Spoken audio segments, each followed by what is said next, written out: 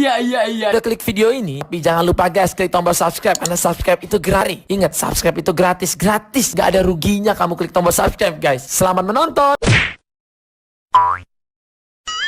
Assalamualaikum warahmatullahi wabarakatuh. Perkenalkan, kami dari Kampus Universitas Cokro Aminoto Palopo. Yang terhormat Bapak Sunardim SPD MPD selaku dosen pengampu mata kuliah strategi pembelajaran.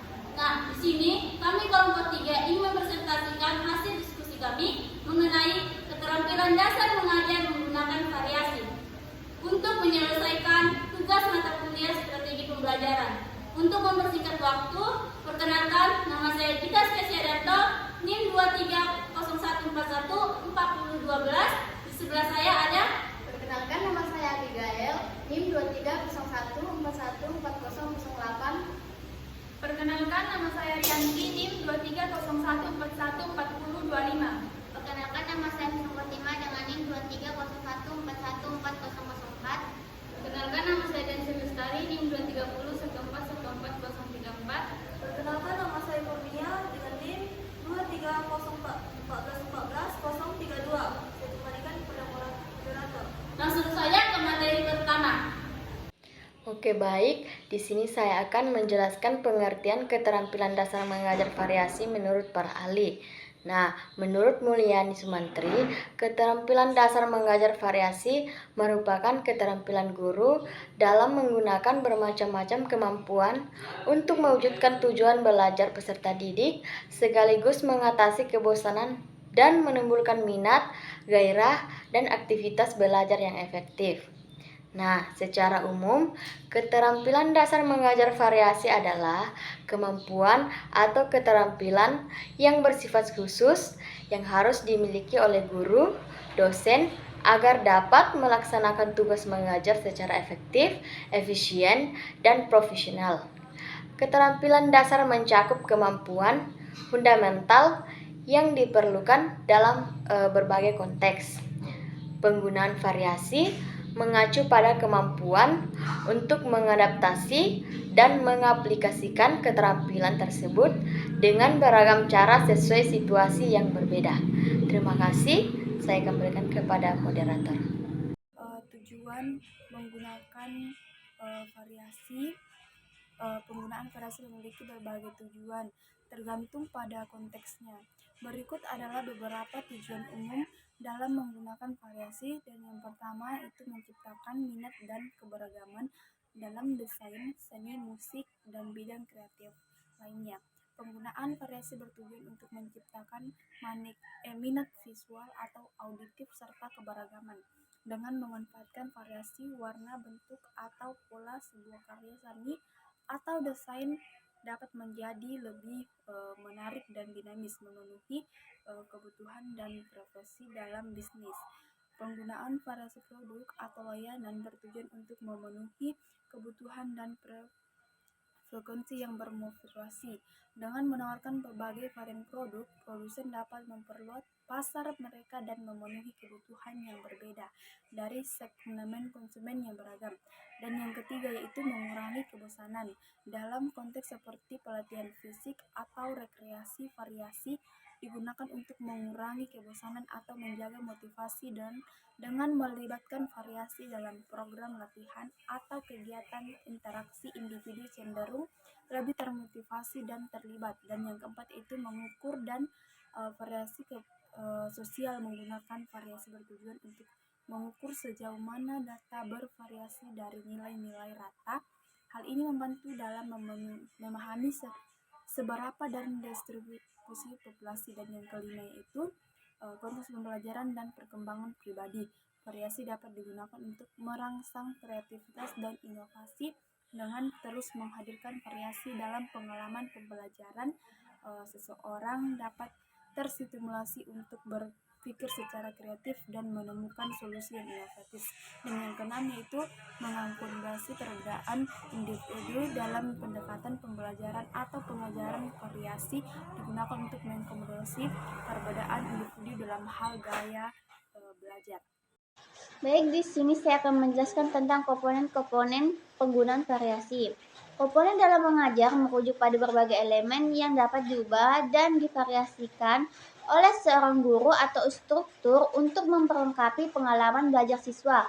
Ada beberapa komponen utama variasi dalam mengajar meliputi yang pertama itu materi pembelajaran. Salah satu komponen utamanya adalah materi pembelajaran itu sendiri. Yang kedua, metode pengajaran. Guru dapat memvariasikan metode pembelajaran mengajar untuk digunakan dalam kelas, seperti ceramah, diskusi sekolah, presentasi visual, permainan peran, studi khusus, proyek, dan sebagainya.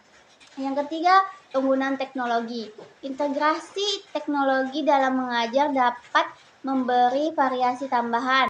Yang keempat, penilaian variasi. Penilaian dapat memungkinkan berbagai cara bagi siswa untuk merujuk pada pemahaman mereka seperti tes, proyek, presentasi, atau portofolio. Yang kelima, keterampilan siswa. Guru dapat memvariasikan tingkat keterampilan siswa dalam proses pembelajaran dengan menawarkan kegiatan interaksi seperti bermain, permainan peran, presentasi siswa, proyek, atau kolaboratif, dan lainnya. Jenis variasi mengajar. Ada banyak variasi mengajar yang dapat dilakukan oleh guru atau instruktur, memberikan pengalaman pembelajaran yang kaya dan menarik bagi siswa. Berikut beberapa jenis variasi mengajar yang digunakan pada umumnya. Yang pertama yaitu metode pembelajaran, yang dimana guru dapat memvariasikan metode pembelajaran dengan menggunakan pendekatan seperti ceramah, diskusi kelompok, prestasi visual, permainan peran, studi kasus, proyek, dan sebagainya. Yang kedua yaitu sumber daya pembelajaran. Penggunaan sumber daya pembelajaran yang berbeda seperti buku teks, materi online, video, permainan, atau perangkat lunak pembelajaran dapat memberikan variasi dalam proses pembelajaran yang mampu menarik minat siswa. Yang ketiga yaitu keterlibatan siswa. Guru dapat memvariasikan keterlibatan siswa dengan menawarkan kegiatan interaktif, permainan peran, peristiwa siswa, proyek kolaboratif, dan lainnya. Yang terakhir yaitu pendekatan pembelajaran, yang dimana guru dapat menggunakan pendekatan pembelajaran yang berbeda seperti pendekatan kognitif, visual, auditif, atau kinestetik. Prinsip-prinsip menggunakan variasi dasar mengajar. Beberapa prinsip penting yang harus dipertimbangkan saat menggunakan variasi mengajar dalam konteks pendidikan. Berikut adalah prinsip-prinsip utama yang perlu dipahami oleh para pendidik.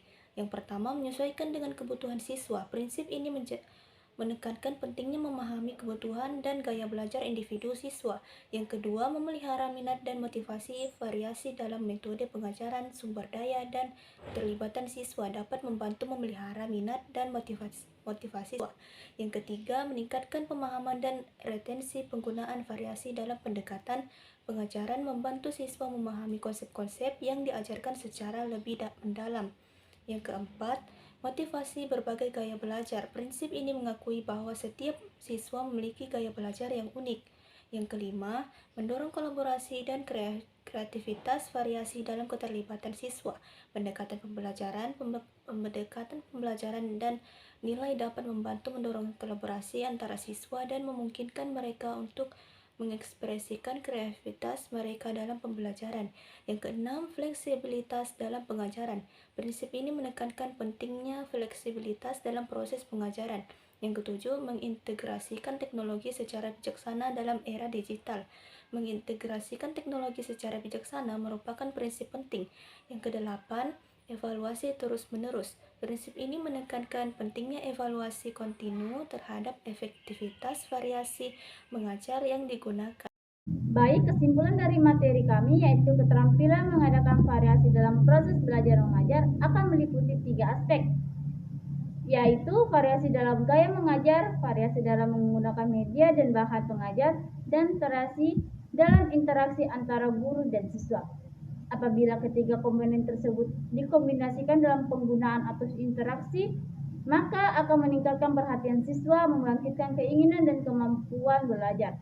Keterampilan dalam mengadakan variasi ini lebih luas penggunaannya daripada interaksi lainnya, karena merupakan keterampilan campuran atau diintegrasikan dengan keterampilan yang lain, misalnya variasi dalam memberikan penguatan, variasi dalam memberikan pertanyaan, dan variasi dalam tingkat